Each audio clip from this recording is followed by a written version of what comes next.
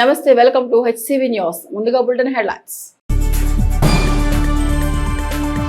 కృష్ణా గుంటూరు జిల్లాల పట్టభద్రుల ఎమ్మెల్సీ కూటమి అభ్యర్థిగా మాజీ మంత్రి ఆలపాటి రాజేంద్ర ప్రసాద్ 7వ తేదీన నామినేషన్ వేయనున్న సందర్భంగా పార్టీ శ్రేణులు పట్టభద్రులు తరలిరావాలని వేమూరు ఎమ్మెల్యే నక్క ఆనందబాబు పిలుపునిచ్చారు.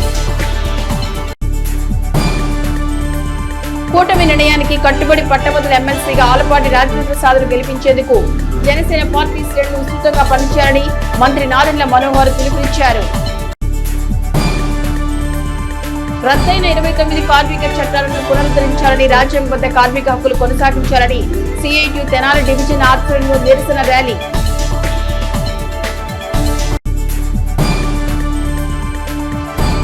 జాతీయ రహదారి భద్రతా మాసోత్సవాల్లో భాగంగా బాలుర ఉన్నత పాఠశాలలో రోడ్డు భద్రతపై అవగాహన కల్పించిన ఆర్టీఓ కార్యాలయ అధికారిని అమృతరాణి. కూటమి నిర్ణయాన్ని గౌరవించి జనసేన విజయం కోసం శ్రమించిన ఆలపాటి రాజేంద్ర ప్రసాద్ ను పట్టభద్రుల ఎమ్మెల్సీగా గెలిపించుకోవడంలో జనసేన పార్టీ నాయకులు పట్టభద్రులు సమిష్టిగా పనిచేయాలని మంత్రి నాదెండ్ల మనోహర్ పార్టీ శ్రేణులకు పిలుపునిచ్చారు. స్థానిక కూటమి పార్టీల కార్యాలయంలో బుధవారం మంత్రి నాదెండ్ల మనోహర్ పార్టీ శ్రేణులతో సమావేశం నిర్వహించి కృష్ణా గుంటూరు జిల్లాల పట్టభద్రుల ఎమ్మెల్సీ ఎన్నికల్లో అభ్యర్థి ఆలపాటి రాజేంద్ర ప్రసాద్ విజయమే లక్ష్యంగా పనిచేయాలని సూచనలు చేశారు. గత అసెంబ్లీ ఎన్నికల్లో తెలుగుదేశం పార్టీ తరపున రాజేంద్ర ప్రసాద్ కూటమి గెలుపుకు ఏ విధంగా కృషి చేశారో మనం కూడా అదే విధంగా ఆయన గెలుపు కృషి చేయాలన్నారు. గ్రాడ్యుయేటెడ్ ఎమ్మెల్సీ అభ్యర్థిగా బరిలోకి దిగిన మాజీ మంత్రి ఆలపాటి రాజేంద్ర ప్రసాద్ ను గెలిపించుకోవాల్సిన బాధ్యత మనందరిపైన ఉందని పేర్కొన్నారు. కూటమి అభ్యర్థి గెలుపు మనందరి బాధ్యత అన్నారు. డిగ్రీ పూర్తి చేసిన జనసేన బంధువులు, స్నేహితులు, పరిచయం ఉన్న ప్రతి ఒక్కరి చేత ఓటు వేయించాలని జనసేన ముఖ్య నాయకులను కోరారు. నిజాయితీతో నిబద్ధతతో పనిచేయాలని సూచించారు. అదేవిధంగా ఈ నెల 7వ తేదీన గుంటూరులో ఆలపాటి రాజేంద్ర ప్రసాద్ నామినేషన్ వేస్తున్నారని, ఆ కార్యక్రమం కూడా ప్రతి ఒక్కరూ పాల్గొన్నారని మంత్రి మనోహర్ పిలుపునిచ్చారు. ఈ సమావేశంలో జనసేన ముఖ్య నాయకులు, వీర మహిళలు పాల్గొన్నారు. మన అభ్యర్థి మనం గెలిపించుకోవాల్సిన బాధ్యత మన పైన ఉంటుంది. అది కూటమిలో నిజాయితీగా కష్టపడి మనకెంత మెజారిటీ వచ్చిందో అదేవిధంగా ఆయనకున్న నియోజకవర్గాలు అన్నింటిలో కూడా తెనాల్లో హైయెస్ట్ మెజారిటీ వచ్చినట్టు మనందరం కూడా కష్టపడి పనిచేయాలి. దానికి క్షేత్రస్థాయిలో మీరందరూ కూడా వార్డులో కానివ్వండి, గ్రామాల్లో కానివ్వండి, మండల స్థాయిలో కానివ్వండి, ఆ ఓటర్ లిస్ట్ ఏవైతే ఉన్నో తెలుగుదేశం పార్టీ నాయకుల దగ్గర కూడా తీసుకుని వాళ్ళతో సమన్వయపరుచుకుంటూ ఆలపాటి రాజేంద్ర ప్రసాద్ గారిని గెలిపించాల్సిన అవసరం, బాధ్యత మనందరిపైన 100% ఉంది. నేను మిమ్మల్ని అందరూ కూడా కోరేది ఏంటంటే అభివృద్ధి విషయాలు కూడా మీరు సమాచారం తెప్పించుకుంటే మీరు ప్రజల్లోకి వెళ్తున్నప్పుడు వాటి గురించి మీరు జాగ్రత్తగా చెప్తారు. ప్రతి ఒక్కరికి మీరు ఈ సమాచారం అందించే విధంగా మీరు ఒక కార్యాచరణ పెట్టుకోవాలి. మనం ఎందుకంటే కొలిపర్లో జరిగేది తెనాల్లో తెలియకపోవచ్చు, తెనాల్లో జరిగేది కొలిపర్లో తెలియకపోవచ్చు. కానీ ఓవరాల్గా మన నియోజకవర్గం పరంగా, మన జిల్లా పరంగా, రాష్ట్ర వ్యాప్తంగా మనం చేస్తున్న అనేక కార్యక్రమాల గురించి చెప్పుకోవాల్సిన అవసరం ఖచ్చితంగా ఉంది. ఈ గ్రాడ్యుయేట్ ఎమ్మెల్సీ ఎన్నికల సందర్భంగా తప్పకుండా ప్రజల్లోకి మళ్ళీ వెళ్ళి ఎవరైతే మన బంధువులు ఉన్నారో, మన యువత ఉన్నారో, మన ఫ్రెండ్స్ ఉన్నారో అందరినీ కూడా మనం కలుసుకుని ఇది ఒక బాధ్యతగా మరొకసారి చెప్తున్నాను. నేను కూటమిలో మనకు ఆ నిజాయితీ, నిబద్ధతతోటి కష్టపడి పనిచేసే మనస్తత్వం అందరిలో ఉంది. కాబట్టి జనసేన పార్టీ నుంచి మీరందరూ కూడా ఎట్టి పరిస్థితుల్లో కూడా ఆలపాటి రాజేంద్ర ప్రసాద్ గారికి భారీ మెజారిటీ వచ్చేటట్టు మన కాన్స్టిట్యున్సీలో మీరు జాగ్రత్తగా ప్లాన్ చేసుకుని మీరు వెళ్ళండి. ఇందాక మానస చెప్పినట్టు వాళ్ళు కొన్ని సందర్భాల్లో కమ్యూనికేషన్ గ్యాప్ ఉండొచ్చు, కానీ మన వంతు మనం స్టార్ట్ చేద్దాం. ఆటోమేటిక్గా వాళ్ళు కూడా మనని ఆహ్వానిస్తారు, పిలుస్తారు. రమణరావు గారు ఇందాక చెప్పిన అనుమానం కూడా నేను అనేది ఏంటంటే కూటమి భాగంగా మనం చేసే మీటింగ్స్ అన్నింటిలో కూడా మనం పాల్గొవాలి. అది ఏ స్థాయిలో అవ్వచ్చు, మండల స్థాయి అవ్వచ్చు, తెనాలి మున్సిపాలిటీ అవ్వచ్చు, వీటన్నిటిలో కూడా మీరు పాల్గొని ఖచ్చితంగా ఇందులో ఏమాత్రం కూడా తేడా లేకుండా ఈ 4 వారాలు మనం జాగ్రత్తగా ఈ కార్యక్రమాన్ని ముందుకు తీసుకెళ్లే విధంగా అందరూ కూడా పాల్గొనాలని మనస్ఫూర్తిగా మరొకసారి. పట్టభద్రుల ఎమ్మెల్సీ పోలింగ్ ద్వారా కూటమి అభ్యర్థి ఆలపాటి రాజేంద్ర ప్రసాద్ కు అత్యధిక ఓట్లు నమోదయ్యేలా కార్యాచరణ సిద్ధం చేసుకోవాలని తెలుగుదేశం పార్టీ జిల్లా పరిశీలకులు కరీముల్లా పేర్కొన్నారు. కృష్ణా గుంటూరు జిల్లాల పట్టభద్రుల ఎమ్మెల్సీ అభ్యర్థిగా మాజీ మంత్రి ఆలపాటి రాజేంద్ర ప్రసాద్ ఈ నెల 7వ తేదీన గుంటూరు కలెక్టరేట్ లో నామినేషన్ దాఖలు చేయనున్న నేపథ్యంలో బుధవారం స్థానిక తెలుగుదేశం పార్టీ కార్యాలయంలో ముఖ్య నాయకులు, కార్యకర్తలతో నిర్వహించిన సమావేశంలో జిల్లా పార్టీ పరిశీలకులు, నరసరావుపేట నియోజకవర్గ ఇన్ఛార్జ్ కరీముల్లా పార్టీ శ్రేణులకు పలు సూచనలు చేశారు. పట్టభద్రుల ఎమ్మెల్సీగా ఆలపాటి విజయమే లక్ష్యంగా పనిచేయాల్సిన అవసరాన్ని వివరించారు. సొంత పనులు పక్కన పెట్టి పార్టీ ప్రయోజనాలకు ప్రాధాన్యత ఇవ్వాలన్నారు. వేమూరు ఎమ్మెల్యే నక్క ఆనందబాబు మాట్లాడుతూ పట్టభద్రుల MLC polling war one side అన్న తీరుగా ఉండాలని, ఆ కార్యాచరణలో పట్టభద్రులైన ఓటర్లతో మమేకమవుతూ పోలింగ్ రోజున మొదటి ప్రాధాన్యత ఓటు నెంబర్ 1 సంఖ్యతో ముద్రించేలా ఓటర్లను చైతన్యవంతులను చేయాలన్నారు. అదేవిధంగా 7వ తేదీ నామినేషన్ వేయనున్న క్రమంలో నిర్వహించే ర్యాలీ ప్రాధాన్యతను సంతరించుకోవాలన్నారు. గెలుపు నల్లేరు మీద నడకైన పార్టీ శ్రేణులు సమిష్టిగా పోలింగ్ పూర్తయ్యే వరకు బాధ్యతగా పనిచేయాల్సిన అవసరాన్ని వివరించారు. పట్టణ పార్టీ అధ్యక్షుడు తాడిపోయిన హరిప్రసాద్ అధ్యక్షతన జరిగిన సమావేశంలో పార్టీలో క్రియాశీలకంగా పనిచేసే నాయకులు కార్యకర్తలు పాల్గొన్నారు. ప్రతి ఒక్క కార్యకర్త నాయకుడు ఈ పని నాది అనే ఒక బాధ్యతతో మనం ప్రధానగతిలో పనిచేసుకోవాల్సిన అవసరం ఉంది. ఇవి ఆయన వైపు చూడకుండా రాజా గారి కోసం లేకపోతే ఇంకో ఆలోచన కోసం చూడకుండా పనిచేయాల్సిన అవసరం ఉంది. అదే విధానంలో మీరు చేశారు కాబట్టి 23,000 పైసలకు ఎన్రోల్మెంట్ జరిగింది తెలంగాణ వెంటనే మీరు ఒక బాధ్యత తీసుకొని పనిచేశారు. రాజా గారు కాబట్టి మీరు కూడా అంత చేశారని నేను అనుకుంటున్నాను. లేకపోతే చేసేవాళ్ళు ఏదో పెద్ద కష్టపడ్డాము ఏదో చేసాము గెలిచాము కాదు, ఏకపక్షమైనటువంటి ఎన్నిక జరగాలి. ఆ విధంగా ఖచ్చితంగా జరిగిందని కూడా నేను అనుకుంటున్నాను. ఎన్రోల్ చేసిన ఓటర్లను కూడా దాదాపు 170-80% మనం కార్యకర్తలు నాయకులు మీరందరూ కూడా ప్రత్యేక చొరవ తీసుకొని ఎన్రోల్ చేసిన ఓటర్స్ ఎక్కువ మంది ఉంటారు. తెలుగుదేశం పార్టీకి కానీ కూటమి పార్టీలకు కానీ అనుకూలంగా సింపథైజర్స్గా ఉన్నటువంటి వ్యక్తులే ఎక్కువ మంది ఉన్నారు. కాబట్టి ప్రతి ఒక్కరితో మీరు మాట్లాడే ఓటు పోలింగ్ బూత్కి వచ్చి ఓటు చేసే విధంగా మీరు వాళ్ళని ప్రతిరోజు కూడా మాట్లాడి తీసుకొచ్చి ఓటు చేపించేంత వరకు కూడా ఇది మన బాధ్యత అనేది మర్చిపోకుండా ఈ కార్యక్రమాన్ని ముందుకు తీసుకెళ్లాలని మళ్ళీ చెప్తా ఉన్నాను. ఇంటింటికి తిరిగి ప్రచారం చేసి ఆల్పాటి రాజా గారికి రేపు రాబోయే ఎన్నికల్లో 27న జరగబోయే ఎన్నికల్లో ఎక్కువ శాతం ఓట్లు పోల్ చేర్చుకునే విధంగా మన యంత్రాంగం మొత్తం రెడీ చేయాలి. మరి ఆ ఓట్ల దగ్గరికి వెళ్ళి వాళ్ళ పూర్తి డేటా తీసుకొని వాళ్ళ ఫోన్ నెంబర్ కూడా తీసుకొని కార్యక్రమం చేస్తే అది ఈజీగా వాళ్ళ యొక్క ప్రాసెస్ చేయడానికి, లేకపోతే వాయిస్ మెసేజ్ ఇవ్వడానికి, ప్రచారం చేయడానికి, కాన్ఫరెన్స్ కాల్ చేయడానికి కానీ దేనికైనా అది ఉపయోగపడుతుందని మరి ఆ విధంగా మీరందరూ మరి తక్కువ శాతం చేశారని మన అధ్యక్షులు చెప్తున్నారు. దయచేసి ఎంత తొందరగా మీరు పడితే అంత తొందరగా దీని మీద దృష్టి పెట్టి అన్ని నియోజకవర్గాల కన్నా ఇక్కడి నుంచి మన అభ్యర్థి ఉన్నాడు కాబట్టి హైయప్ స్థాయిలో ఓట్లని మనం పోల్ చేసుకొని మెజార్టీ వచ్చేటట్టు చూస్తారని చేస్తారని నియోజకవర్గ స్థాయిలో అత్యధిక సంఖ్యలో నామినేషన్కి వెళ్ళి ఆ రోజునే మనం విజయం సాధించిన విధంగా మనందరం కూడా వెళ్ళి నామినేషన్కి హాజరవ్వాల్సిందిగా ఒక్కొక్క వార్డు నుంచి ఎంతమంది వచ్చే బాగుంటుంది ఏంటి, నియోజకవర్గ స్థాయిలో పులిపర్ మండలం కానివ్వండి, రోడ్డు మండలం కానివ్వండి, అందరూ కూడా బాగా అత్యధిక సంఖ్యలో వెళ్ళాలని రాజా గారు గట్టిగా చెప్తా ఉన్నారు. ద్విచక్ర వాహన చోదకులు విధిగా హెల్మెట్ ధరించడంతో పాటు వాహనానికి ఉండవలసిన అన్ని అనుమతులు ఉండాలని రోడ్డు రవాణా విభాగం అధికారి జి అమృతరాణి పేర్కొన్నారు. జాతీయ రహదారి భద్రతా మాసోత్సవాల్లో భాగంగా బుధవారం స్థానిక కొత్తపేటలోని రావి సామయ్య మున్సిపల్ బాలుర ఉన్నత పాఠశాలలో విద్యార్థులకు రహదారి భద్రతపై అవగాహన కల్పించారు. Shri Shakti Vanamali foundation, new Andhra motor truckers association, RTO విభాగం సంయుక్త ఆధ్వర్యంలో నిర్వహించిన ఈ కార్యక్రమాన్ని ఉద్దేశించి new Andhra motor tractors association నాయకులు టీవీ చలపతిరావు మాట్లాడుతూ రవాణా రంగం ప్రాధాన్యత, ఉద్యోగ ఉపాధి అవకాశాల గురించి వివరించారు. రోడ్డు భద్రతా నియమాలు విధిగా పాటించాలన్నారు. రోడ్డు రవాణా శాఖ అధికారిని అమృతరాణి మాట్లాడుతూ విద్యార్థులు ప్రధానంగా రద్దీగా ఉండే రోడ్డు క్రాస్ చేసే సమయంలో తీసుకోవాల్సిన జాగ్రత్తలను వివరించారు. రోడ్డు ప్రమాదాల నివారణ కార్యాచరణలో భాగంగా కేంద్ర రాష్ట్ర ప్రభుత్వాలు తీసుకుంటున్న వివిధ నిర్ణయాలను వివరించారు. మైనర్లు వాహనం నడుపుతూ యాక్సిడెంట్ జరిగితే వారి పేరెంట్స్ కు శిక్ష పడే విధంగా చట్టాలు ఉన్నాయన్నారు. రోడ్డు ప్రమాద సమయంలో బాధితులను మానవతా దృక్పథంతో వైద్యశాలకు తీసుకువెళ్లి వారి ప్రాణాలను కాపాడే వారికి ప్రోత్సాహక బహుమతులు కూడా ప్రభుత్వం ఇవ్వనుందన్నారు. వాహనం నడిపే వారితో పాటుగా ద్విచక్ర వాహనం వెనుకవైపు ఉన్న వారు కూడా విధిగా హెల్మెట్ ధరించాల్సిన విధంగా చట్టాల్లో మార్పులు జరిగాయన్నారు. ఈ కార్యక్రమం స్కూల్ ఇన్ఛార్జి హెచ్ఎంసిహెచ్ సుందరరావు, స్కూల్ ఉపాధ్యాయులు, విద్యార్థులు పాల్గొన్నారు. తెనాలిలో ఉన్నటువంటి బాలుర ఉన్నత పాఠశాలలో ఈరోజు రోడ్ సేఫ్టీ మీద అవేర్నెస్ కల్పించడం జరుగుతుంది. మన ఆర్టీఓ శ్రీహరి గారు అలాగే మా డిటిసి సీతారామరెడ్డి గారి ప్రోద్బలంతో ముందు ఇక్కడ రోడ్ సేఫ్టీ అవేర్నెస్ అనేది క్రియేట్ చేస్తున్నాము. సో దీనిలో భాగంగా పిల్లలకి రోడ్డు మీద వెళ్తున్నప్పుడు తీసుకోవాల్సిన మేజర్ థింగ్స్, ఫాలో అవ్వాల్సిన మేజర్ రూల్స్ ఏంటి అనే విషయాల గురించి క్లియర్గా ఎక్స్ప్లెయిన్ చేయడం జరిగింది. సో ఎవరైనా రోడ్డు మీద బండి నడిపేటప్పుడు మనం డ్రైవ్ చేస్తున్నప్పుడు ప్రాపర్గా మనకి బండికి ఉండాల్సినటువంటి డ్రైవింగ్ లైసెన్స్, అలాగే ఆర్సీ, అలాగే ఇన్సూరెన్స్, పొల్యూషన్ సర్టిఫికేట్, అలాగే బండి నడుపుతున్న వ్యక్తికి హెల్మెట్. ఎవరైతే బండి నడుపుతున్న వ్యక్తికే కాకుండా వెనక కూర్చున్న వాళ్ళకి, పిలియన్ రైడర్స్ వాళ్ళకి కూడా we have helmets. Okay, so ఇవన్నీ మనం ఫాలో అవుతూ వెళ్తే రోడ్డు మీద జరిగేటటువంటి ఎన్నో యాక్సిడెంట్స్ని మనం తగ్గించగలుగుతాము.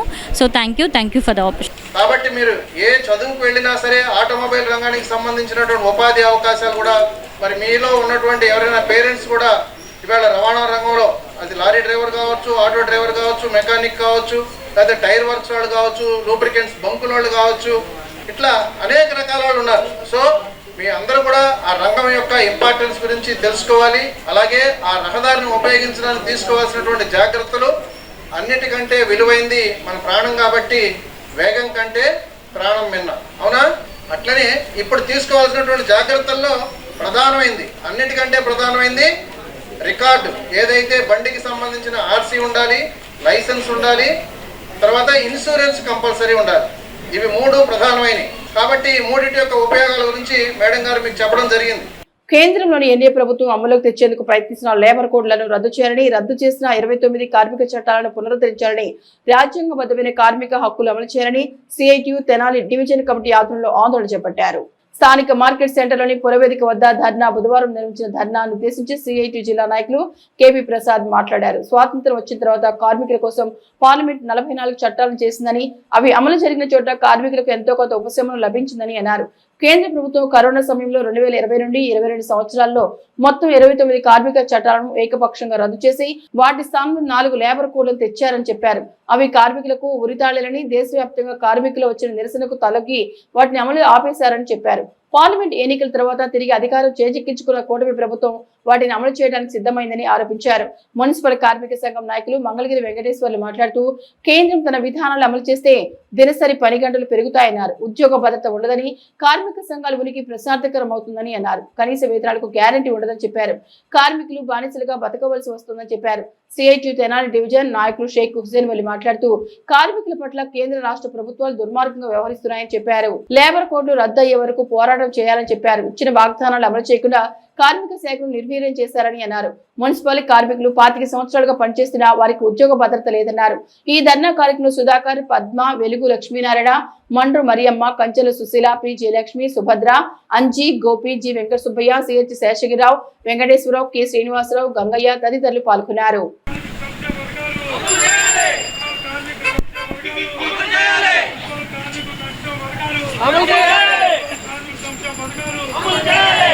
ఈ 44 కార్మిక చట్టాలు చేయటం వలన కార్మికులకు కొన్ని హక్కులు లభించినాయి. కార్మికుల పని పరిస్థితుల్లో మెరుగైనటువంటి సౌకర్యాలు లభించినాయి. కనీస వేతనాలు లభించినాయి. కార్మికుడు రిటైర్డ్ అయిన తర్వాత కూడా కొంత మెరుగైన జీవితానికి అవకాశం ఏర్పడింది. దురదృష్టవశాత్తు ఈ రకమైన చట్టాలన్నీ ఉంటే ఈ దేశంలోని పెట్టుబడిదారులు, విదేశీ పెట్టుబడిదారులు మేము ఇక్కడికి రాము, పరిశ్రమలు పెట్టమని చెప్పేసి అంటున్నారు. కాబట్టి ఈ చట్టాలన్నింటినీ రద్దు చేయాలని చెప్పేసి భారత ప్రభుత్వం మనమందరం కరోనా కష్టకాలంలో ఉండగా 29 చట్టాలను రద్దు చేసింది. రద్దు చేసి వాటి స్థానంలో 4 లేబర్ కోడ్లు తీసుకొచ్చింది.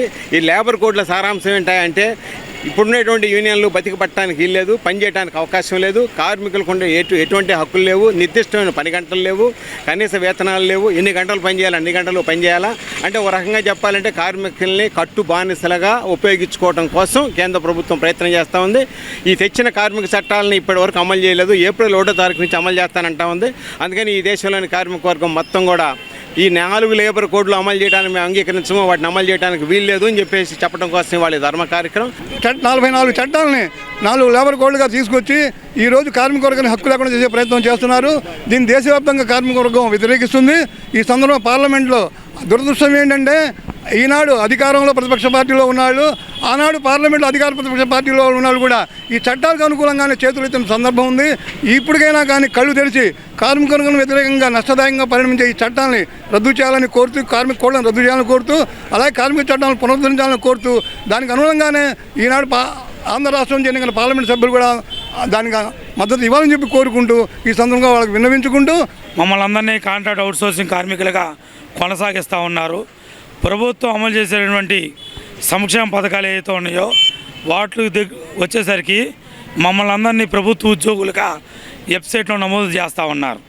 ఇవాళ మా కార్మికులందరికీ కాలేజీల నుంచి అట్లాగే వివిధ శాఖల నుంచి ఫోన్లు వస్తూ ఉన్నాయి.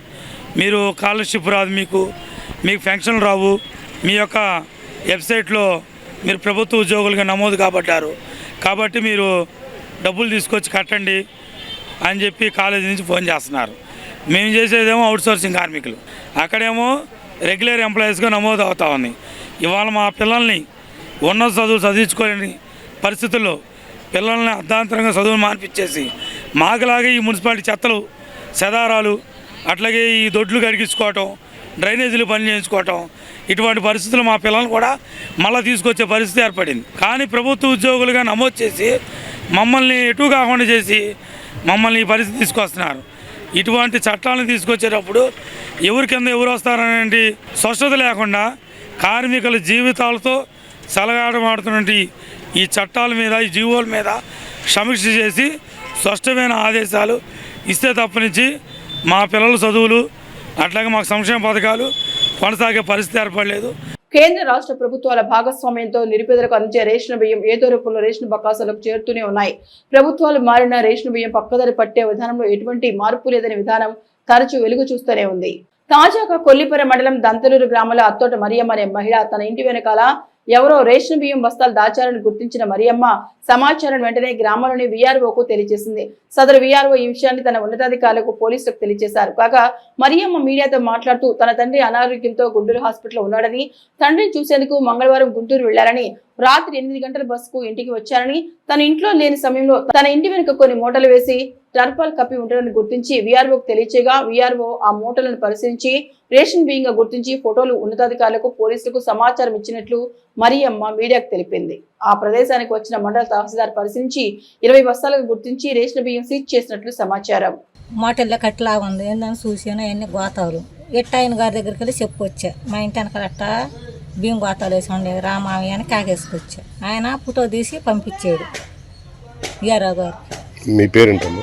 అత్తాటి మరి మీరు లేరా ఇంటి దగ్గర? నేను లేనండి, పొద్దున పూట వెళ్ళాను, సాయంత్రం 8 గంటల బోసుకొచ్చాను. నేను మీకు తెలియకుండా మీ ఇంటి వెనకమాల రేషన్? నాకు తెలియకుండా మా ఇంటి వెనకమాల వేసారు.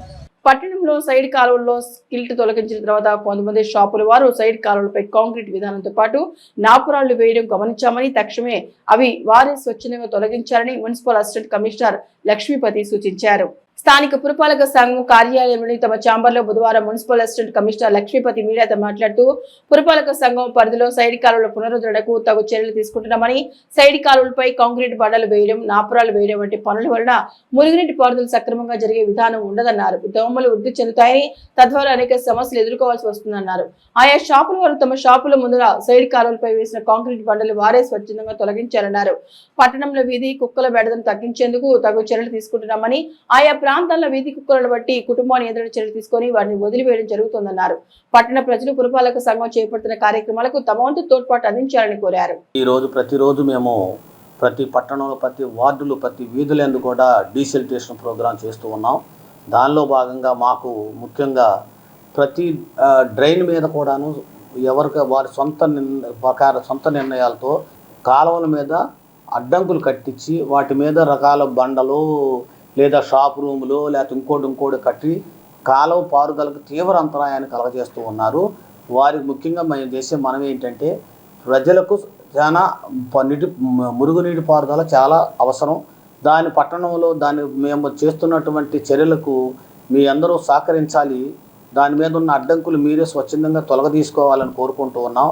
మేము తీసుకునే చర్యలు డీసిల్టేషన్ చేసిన తర్వాత మేము చేసేటటువంటి మందులు, వాటికి దోమల నివారణ కోసం మేము వాడేటటువంటి మందులు అన్నీ కూడా సక్రమంగా పనిచేయాలంటే కాలువలు ఓపెన్గా ఉండటం వల్ల చాలా సౌకర్యవంతంగా ఉంటుంది. కాబట్టి ప్రజలు దీన్ని అర్థం చేసుకోవాలని మనవి చేస్తూ ఉన్నాము. ఈ కుక్కల బెడద కొద్దిగా మనకు ఉన్నదని ప్రజల ఫిర్యాదులు అందుతూ ఉన్నాయి. దానిలో భాగంగా మేము ఆల్రెడీ కుక్కలను పట్టించడం, వాటికి ఏబీసీ మరియు ఏఆర్వి 2 చేయించేసి మళ్ళీ ఎక్కడ పట్టిన కుక్కలను ఆ ప్రాంతాలకే వదిలివేయడం జరుగుతుంది. చాలా ఆరోగ్యంగా సక్రమైనటువంటి పద్ధతి ప్రకారంగా ఏబీసీ చేయించి మీకు పట్టణం వదిలివేయడం జరుగుతూ ఉంది. అది గ్రాడ్యువల్గా జరుగుతూ ఉంటుంది. హోసన్నా ప్రేయర్ మినిస్ట్రీస్ ఆధ్వర్యంలో నిర్వహించిన 17వ పునరుద్ధాన పండుగల ద్వారా సంఘీయులు ఆత్మీయ మేలులు పొందాలని దైవజనులు సాల్మన్ పేర్కొన్నారు. స్థానిక చెంచుపేట అమరావతి ఫ్లాట్స్ లో ఇండోర్ స్టేడియం కు సమీపాన గల హోసన్నా ప్రేయర్ మినిస్ట్రీస్ వారి ఆధ్వర్యంలో ఈ నెల 6, 7, 8 తేదీల్లో నిర్వహించిన 17వ పునరుద్ధాన పండుగల ప్రాధాన్యతను బుధవారం ఏర్పాటు చేసిన మీడియా సమావేశంలో పాస్టర్ సాల్మన్ వివరించారు. పునరుద్ధాన పండుగలకు ఇచ్చేనున్న దైవజనుల వివరాలను వెల్లడించారు. ఈ సమావేశంలో హోసన్నా ప్రేయర్ మినిస్ట్రీస్ కార్యవర్గం పాల్గొన్నారు.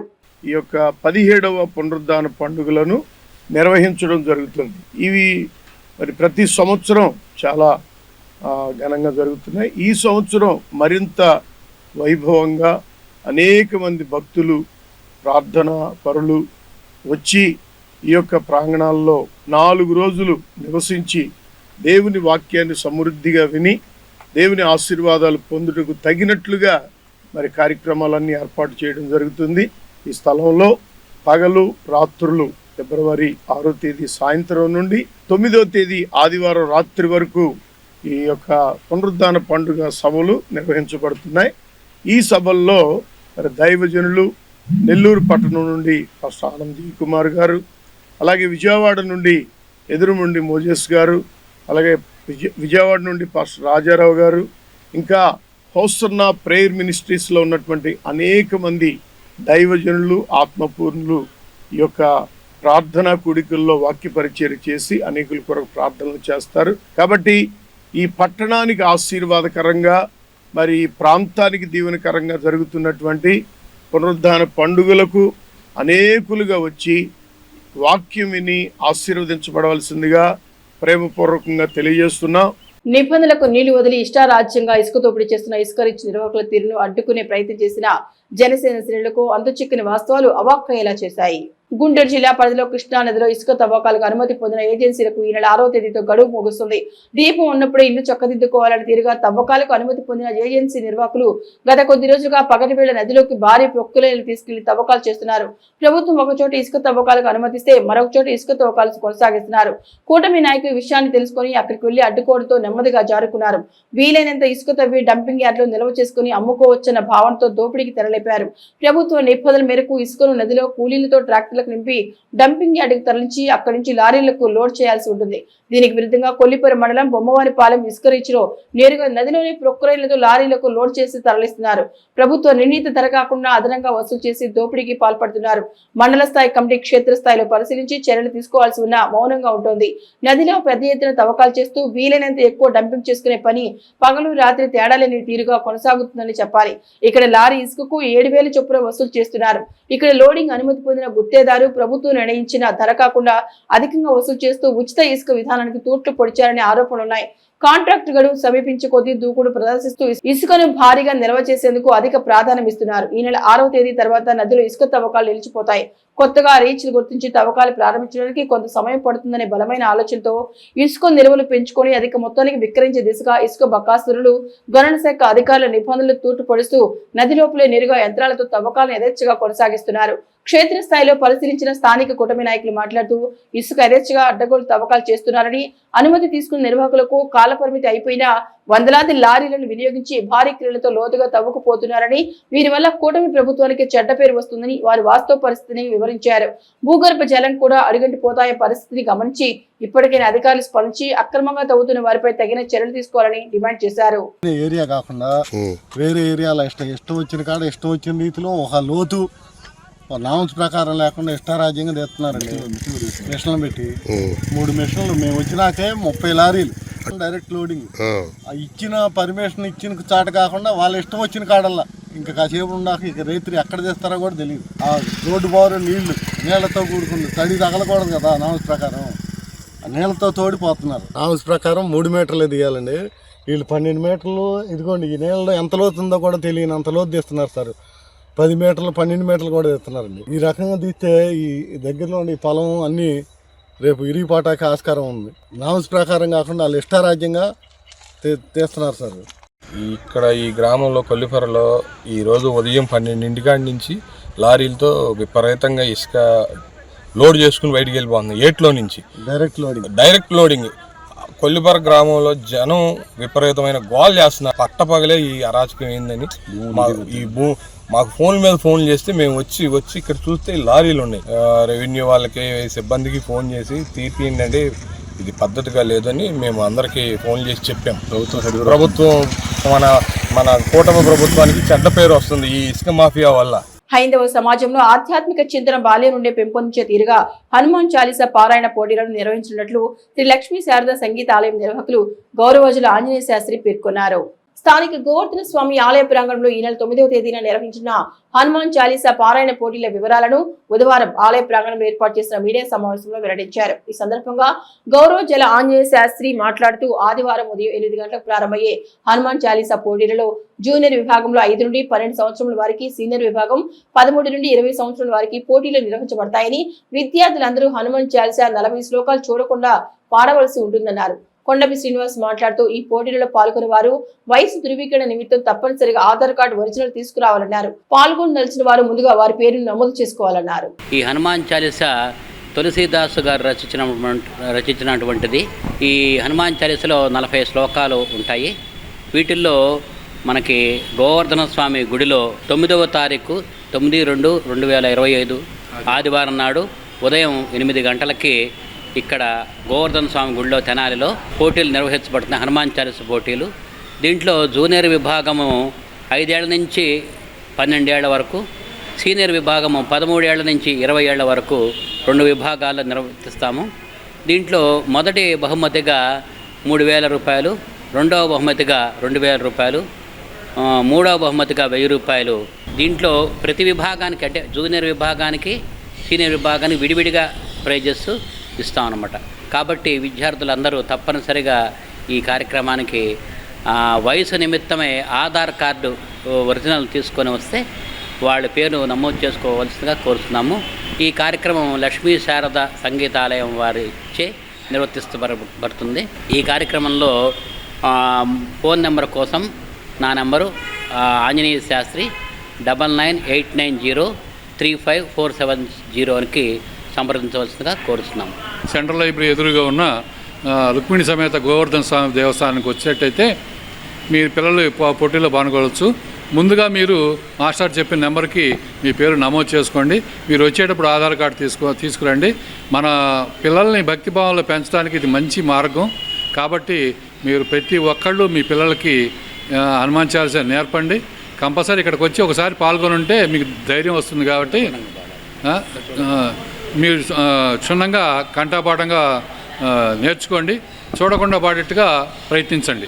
కేంద్రంలోని ఎన్డీఏ ప్రభుత్వం ప్రవేశపెట్టిన బడ్జెట్లో వ్యవసాయ రంగానికి నిధుల కేటాయింపులు నామమాత్రంగా ఉన్నాయని, రైతులు, కౌలు రైతులు, వ్యవసాయ కార్మికులకు ఈ బడ్జెట్ నిరుపయోగమని రైతు సంఘం జిల్లా ఉపాధ్యక్షులు ములకా శివసామిరెడ్డి ఆందోళన వ్యక్తం చేశారు. కేంద్రంలోని ఎన్డీఏ ప్రభుత్వం ప్రవేశపెట్టిన బడ్జెట్కు నిరసనగా బుధవారం స్థానిక ఐతానగర్లో ఏపీ రైతు సంఘం జిల్లా ఉపాధ్యక్షులు ములకా శివసామిరెడ్డి ఆధ్వర్యంలో కౌలు రైతులు, రైతు కూలీలు బడ్జెట్ ప్రతులను తగలబెట్టారు. ఈ సందర్భంగా శివసామిరెడ్డి మీడియాతో మాట్లాడుతూ దేశానికి అన్నం పెట్టే రైతులు, కౌలు రైతుల పరిస్థితి ఆగమ్యగోచరంగా మారుతుందని అన్నారు. 2.5% నిధులను కేటాయించడం వ్యవసాయ రంగాన్ని నిర్లక్ష్యం చేయడమే అన్నారు. ఎరువులకి 43,502 కోట్లు సబ్సిడీ తగ్గించడం వలన ఎరువుల ధరలు పెరగనున్నాయన్నారు. వ్యవసాయ రంగంలో నల్ల చట్టాలను అమలు చేసి వ్యవసాయ రంగాన్ని కార్పొరేట్ సంస్థలకు అప్పగించే కుట్ర జరుగుతోందని ఆరోపించారు. ఈ కార్యక్రమంలో కౌలు రైతులు, రైతు కూలీలు పాల్గొన్నారు. ప్రతిరోజు కనీసం 33 మంది రైతులు ఆత్మహత్యలు చేసుకుంటే ఈ ప్రభుత్వం వ్యవసాయ రంగాన్ని, రైతు రంగాన్ని కూడా పట్టించుకునే పరిస్థితి లేదు. బడ్జెట్లో దాదాపు 70,000 కోట్ల రూపాయలు పైగా ఎరువుల మీద సబ్సిడీ తగ్గించారు. దీనివలన యూరియా ఎరువులు కూడా ధరలు పెరిగే ప్రమాదం ఉంది. ఇప్పటికే ఖర్చులు పెరిగి వ్యవసాయం గిట్టుబాటు కాని పరిస్థితుల్లో ఈ విధంగా ఎరువుల మీద సబ్సిడీలు తగ్గించడం అంటే ఇంతకంటే దుర్మార్గం మరొకటి లేదు.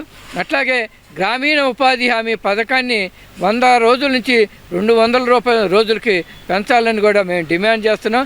కానీ 86,000 కోట్ల రూపాయలు మాత్రమే కేటాయించి దీని నిధులు తగ్గించారు. కనీసం 5% నిధులు కేటాయించినా కానీ 90,000 కోట్ల రూపాయలు అయ్యాయి. కానీ నిధుల్ని కేటాయింపులు ఏమాత్రం కూడా తగ్గకపోగా కార్పొరేట్లకు మాత్రం విపరీతంగా బడ్జెట్లో అవకాశాలు పెంచారు. వ్యవసాయానికి ఉచిత విద్యుత్తు గతంలో అందేది ఈ రాష్ట్రంలో. ఈ వ్యవసాయానికి ఉచిత విద్యుత్తు రాజశేఖర రెడ్డి గారి హయాం నుంచి కూడా జరుగుతుంది. కానీ ఇప్పుడు మోడీ గారు దీన్ని వ్యవసాయానికి మీటర్లు బిగించడం, స్మార్ట్ మీటర్లు బిగించడాన్ని ఉపసంహరించుకోవాలని కూడా డిమాండ్ చేస్తాం. ఈ మీటర్లు కానీ పెట్టేటైతే ఇక వ్యవసాయం చేసే పరిస్థితి లేకుండా పోతుంది. ఉమ్మడి గుంటూరు కృష్ణా జిల్లాల ఎమ్మెల్సీ పట్టభద్రుల అభ్యర్థి ఆలపాటి రాజేంద్ర ప్రసాద్ విజయానికి కూటమి పార్టీల నాయకులందరూ కృషి చేయాలని వేమూరు ఎమ్మెల్యే నక్క ఆనందబాబు పిలుపునిచ్చారు. వేమూరు నియోజకవర్గం చుండూరులో పట్టభద్రుల ఎమ్మెల్సీ ఎన్నికలపై కూటమి పార్టీ శ్రేణులతో బుధవారం సమీక్ష సమావేశం నిర్వహించారు. ఈ సందర్భంగా ఎమ్మెల్యే ఆనందబాబు మాట్లాడుతూ ప్రతి 30 మంది ఓటర్లకు ఒక నాయకుడు వెళ్లి కలుస్తూ ఎన్నికల ప్రచారం నిర్వహించారన్నారు. ఆలపాటి విజయం తథ్యమని, అయితే మెజారిటీపై దృష్టి సారించారన్నారు. పట్టభద్రుల ఎమ్మెల్సీ ఎన్నికల వేమూరు నియోజకవర్గ ఇన్ఛార్జ్ ముస్లిం మైనార్టీ రాష్ట్ర చైర్మన్ అహ్మద్ మాట్లాడుతూ గత అసెంబ్లీ పార్లమెంట్ ఎన్నికల్లో నిర్విరామంగా ఏ విధంగా కృషి చేశామో అదే రీతిలో కూటమి పార్టీల శ్రేణులందరూ కలిసి ఒకే తాటిపై ఎన్నికల ప్రచారంలో పాల్గొనాలన్నారు. కార్యక్రమంలో కూటమి పార్టీ నాయకులు శివారెడ్డి, ఎల్లారెడ్డి, విఎస్కే ప్రసాద్, బాలకోటిరెడ్డి, శ్రీమాన్, దేవిరెడ్డి నాగేశ్వరరావు, ఆలపడి నాగభూషణం, శ్రీనివాసరెడ్డి, వెంకటరెడ్డి, సర్పంచ్ అమిత్శెట్టి శ్రీరామూర్తి తదితరులు పాల్గొన్నారు. ఆలపాటి రాజేంద్ర ప్రసాద్ గారు ఈ ఎమ్మెల్సీ ఎన్నికల్లో అభ్యర్థిగా పోటీ చేస్తా ఉన్నారు. మిగిలిన వాళ్ళకంటే మనం ప్రత్యేకమైన శ్రద్ధ పెట్టాల్సిన అవసరం ఉంది. ఈ నియోజకవర్గంలో సంపూర్ణమైనటువంటి మెజార్టీని ఇచ్చి ఒక గౌరవాన్ని తీసుకురావాల్సిన బాధ్యత మనందరి మీద ఉంది. అది మన బాధ్యత అని మీకు ప్రత్యేకంగా చెప్పాల్సిన అవసరం ఉందని నేను అనుకుంటున్నాను. దాన్ని దృష్టిలో పెట్టుకొని మనం ఈ 20-22 రోజులు కూడా కష్టపడి పనిచేయాల్సిన ఆవశ్యకత ఉందని చెప్పి మీకు తెలియజేస్తున్నాను. ఓటర్లు మీ మండలానికి సంబంధించి 1600 ఓట్లు ఉన్నాయి. 2 బూతులు, బూత్కి 800 ఓట్లు చొప్పున 1600 ఓట్లు ఉన్నాయి. ఈ 1600 ఓట్లు కూడా గ్రామాల కింద డివైడ్ అయి ఉంటాయి. ప్రతి గ్రామంలో ఉన్న ప్రతి ఓటర్ను కూడా మీరు ముందు గుర్తించాలి.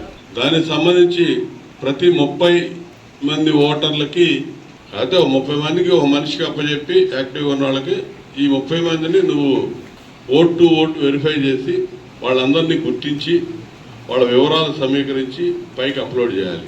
గుంటూరు కలెక్టర్ ఆఫీస్లో విజ్ఞాన మందిరం, వెంకటేశ్వర విజ్ఞాన మందిరం నుంచి ఊరేగింపు, కలెక్టర్ ఆఫీస్లో నామినేషన్లు ఉంటాయి. మన నియోజకవర్గం నుంచి ప్రత్యేకంగా ఎక్కువ సంఖ్యలో పాల్గొనాల్సిన అవసరం ఉంది. మన ప్రియతమ ముఖ్యమంత్రి వర్యులు నారా చంద్రబాబు గారు రాష్ట్రం కోసం, రాష్ట్ర ప్రజల కోసం అహర్నిశం కృషి చేస్తూ ఉంటారు. తండ్రికి తగ్గ తనయుడు, యువ నాయకుడు, ప్రజల ఒక పట్టు ఉన్న నాయకుడు నారా లోకేష్ బాబు గారు. వారు కూడా అహర్నిశలు కృషి చేస్తున్నారు. రాష్ట్రానికి అభివృద్ధి, రాష్ట్ర ప్రజలకి సంక్షేమం. ఎప్పుడైతే పోలవరం పూర్తవుతుందో అది ఒక పెద్ద సంక్షేమంగా మారుతుంది. ప్రజలకి, రైతన్నకి ప్రతిరోజు ఆలోచించే నాయకుడు మన నక్క ఆనంద్ బాబు గారు. ఆనంద్ బాబు గారు నిన్న కూడా ఒక సభలో నేను చెప్పడం జరిగింది. ఆనంద్ బాబు గారి లక్ష్యం నారా చంద్రబాబు గారిలో ఆనందం చూడాలి. ఆ ఆనందం చూడాలంటే మనకి చుండూరు మండలంలో 1600 ఓట్లు ఉన్నాయి పట్టభద్రుగా. వాళ్ళకి మనం ఎక్కడ తగ్గకుండా ప్రతి ఓటర్ని టచ్ చేయాలి. మనం చేపడుతున్న అధినేత చేపడుతున్న అభివృద్ధి సంక్షేమ పథకాల్ని వాళ్ళని వివరించాలి. రాష్ట్రం బాగుపడాలంటే బాబు గారి అవసరం ఎంతో ఉంది. చంద్రబాబు గారు ఉంటేనే రాష్ట్రానికి బాగు జరుగుతుంది. రాష్ట్ర ప్రజలకి, అన్ని వర్గాలకి న్యాయం దక్కుతుంది అని భావించి నారా చంద్రబాబు గారిని భారీ మెజార్టీతో గెలిపించి ఒక సీఎంలా చేసుకున్నాం. కొంతమంది వ్యక్తులు రాష్ట్రం బాగుపడకూడదు, అదే ఉద్దేశం వాళ్ళది. రాష్ట్రానికి దోచుకోవాలి, సిగ్గు లేకుండా గత 5 సంవత్సరాల్లో రాజధాని ఏది అని మన పిల్లలకి, మనకు కూడా ఎవరన్నా ప్రశ్నిస్తే చెప్పలేని పరిస్థితి. ఉమ్మడి గుంటూరు కృష్ణా జిల్లాల పట్టభద్రుల ఎమ్మెల్సీ అభ్యర్థి ఆలపాటి రాజేంద్ర ప్రసాద్ ను అత్యధిక మెజారిటీతో గెలిపించేందుకు కూటమి పార్టీ నాయకులు, కార్యకర్తలు సమష్టి కృషితో పనిచేయాలని వేమూరు ఎమ్మెల్యే నక్క ఆనందబాబు అన్నారు. వేమూరు నియోజకవర్గం అమర్తులూరులో పట్టభద్రుల ఎమ్మెల్సీ ఎన్నికలపై కూటమి శ్రేణులతో సమీక్ష సమావేశం బుధవారం నిర్వహించారు. ఈ సందర్భంగా ఎమ్మెల్యే ఆనందబాబు, నియోజకవర్గ ఎన్నికల పరిశీలకులు, రాష్ట్ర Muslim minority finance corporation chairman Sheikh Abdullah మాట్లాడుతూ పట్టభద్రుల ఎమ్మెల్సీ అభ్యర్థి ఆలపాటి రాజేంద్ర ప్రసాద్ ను అత్యధిక మెజారిటీతో గెలిపించడానికి బూత్ స్థాయి నుంచి పట్టభద్రుల ఓటర్లను కలిసి ఓట్లు అభ్యర్థించాలన్నారు. ఈ కార్యక్రమంలో కూటమి నాయకులు గొట్టిమట్టి భాను, గంగాధర్, నార్ల శ్రీను, శరణు శేషగిరి, మందా జనార్దన్, కొత్తపల్లి రవీంద్రబాబు, పాములపాటి వెంకట సుబ్బారావు, గుత్తికొండ శాంతకుమారి, యలమంచిలి బాజీ, బొంత ఆంజనేయులు తదితరులు పాల్గొన్నారు. ప్రత్యేకంగా చూడాల్సిన బాధ్యత మన నియోజకవర్గం మీద ఉంది. అభ్యర్థి మన మనిషి, మనవాడు కాబట్టి దాన్ని ప్రతి ఒక్కరు కూడా బాధ్యతగా తీసుకొని ఏ విధంగా పనిచేయాలి, ఓటు ఏ విధంగా సమీకరణ చేయాలి, ఏ విధంగా పోల్ చేయించి మన అభ్యర్థికి అత్యధికంగా 190% ఓట్లు పోలయ్యే విధంగా ఏ విధంగా చూడాలనే దానికన్నా ప్రతి ఒక్కరు కూడా బాధ్యత తీసుకోవాలనేది ఈ సమావేశాల యొక్క ముఖ్య ఉద్దేశం. 15 గ్రామాలు, ఆ గ్రామాల్లో మీరు ఎంతమంది డిగ్రీ హోల్డర్స్, ఎంప్లాయీస్ వాళ్ళని గ్యాదర్ చేసి ఇప్పుడే సూచనలు, సలహాలు మన గౌరవ శాసనసభ్యులు ఆనంద్ బాబు గారు మీకు వాల్యుబుల్ సలహాలు ఇవ్వడం జరిగింది. పార్టీకి కూడా ఒక విధానంలో ఆల్ ఓటర్స్ని మనం టచ్ చేయాలి. పద్మశాలిల ఎలవెలుపు శ్రీ భావన ఋషి స్వామి శ్రీ భద్రావతి సమేతుడై కీలుగుర్రం వాహనపై శాస్త్ర దివిటీల వెలుగుల నడుమ భక్తులకు దర్శనమిచ్చారు. స్థానిక షరాబేజర్లో వేంచేసి ఉన్న శ్రీ భద్రావతి సహిత శ్రీ భావన ఋషి స్వామి వారి ఆలయం నుండి స్వామివారి కళ్యాణ మహోత్సవ వేడుకల్లో భాగంగా మంగళవారం రాత్రి శాస్త్ర దివిటీల ఉత్సవం విశేషంగా నిర్వహించారు. శ్రీ భద్రావతి అమ్మవారితో శ్రీ భావన ఋషి స్వామివారి కీలుగుర్రాన్ని అధిరోహించి భక్తులచే పూజలు అందుకున్నారు. పట్టణంలోని వివిధ కూడళ్ల మీదుగా పద్మశాలి సంఘీయ కుటుంబాలతో స్వామివారి శోభయాత్ర కన్నుల పండుగ కొనసాగింది. బాజా, భజంత్రి, మేళ తాళాలు ప్రత్యేక ఆకర్షణగా నిలిచాయి. పద్మశాలి సంఘీయ యువత దివిటీలు పట్టుకుని శోభయాత్రకు ప్రాధాన్యత పెంచారు. కార్యక్రమాన్ని దేవస్థాన పెద్ద శ్రేష్ఠుడు Jonnadula Krishna Satyanarayana, Jonnadula Venkata Koteswararao, Tadiparthi Sivasatyanarayana Varaprasad, trust board chairman Bitra Ramalingeswararao, Gunti Dhanalakshmi, Tadiparthi Chandrasekhararao, Kothrapu Venkataramana, Polisetti Venkateswararao, ఉత్సవ నిర్వహణ కమిటీ కార్యవర్గం చిన్నం హరిగోపాల్, జొన్నాదుల మదన్ మోహన్ రావు, ఆకులతి శ్రీనివాసరావు, తాడిపర్తి శ్రీనివాసరావు తదితర సభ్యులు పర్యవేక్షించారు. భద్రావతి సహిత భవనోత్సవం కళ్యాణోత్సవంలో భాగంగా ఈరోజు ఉదయం సూర్యప్రభ వాహనంపై స్వామివారం వారి రథోత్సవం జరిగింది. అట్లా సాయంత్రం 8 గంటలకి కీలుగుర్రంపై శాస్త్రీయ ఉత్సవంతో స్వామివారం వారు రథోత్సవం జరిగింది. అలాగే ఆదివారం 9/2/2025 ఆదివారం రాత్రికి 7 గంటలకి మెయిన్ రోడ్లో కళ్యాణ మహోత్సవం సందర్భంగా సమారాధన జరుగును. కావున సంఘీయులందరూ కార్యక్రమం పాల్గొని కార్యక్రమం దిగ్విజయం చేయవలసి కోరటమైనది. ఇక బులెటిన్ ముగించే ముందు హెడ్లైన్స్ మరొకసారి. కృష్ణా, గుంటూరు జిల్లాల పట్టభద్రుల ఎమ్మెల్సీ కూటమి అభ్యర్థిగా మాజీ మంత్రి ఆలపాటి రాజేంద్ర ప్రసాద్ 7వ తేదీన నామినేషన్ వేయనున్న సందర్భంగా పార్టీ శ్రేణులు పట్టభద్రులు తరలి రావాలని వేమూరు ఎమ్మెల్యే నక్క ఆనందబాబు పిలుపునిచ్చారు. కూటమి నిర్ణయానికి కట్టుబడి పట్టభద్రుల ఎమ్మెల్సీగా ఆలపాటి రాజేంద్ర ప్రసాద్ గెలిపించేందుకు జనసేన పార్టీ శ్రేణులు విస్తృతంగా పనిచేయాలని మంత్రి నాదెండ్ల మనోహర్ పిలుపునిచ్చారు. రద్దయిన 29 కార్మిక చట్టాలను పునరుద్ధరించాలని, రాజ్యాంగబద్ధ కార్మిక హక్కులు కొనసాగించాలని సిఐటి తెనాలి డివిజన్ ఆధ్వర్యంలో నిరసన ర్యాలీ.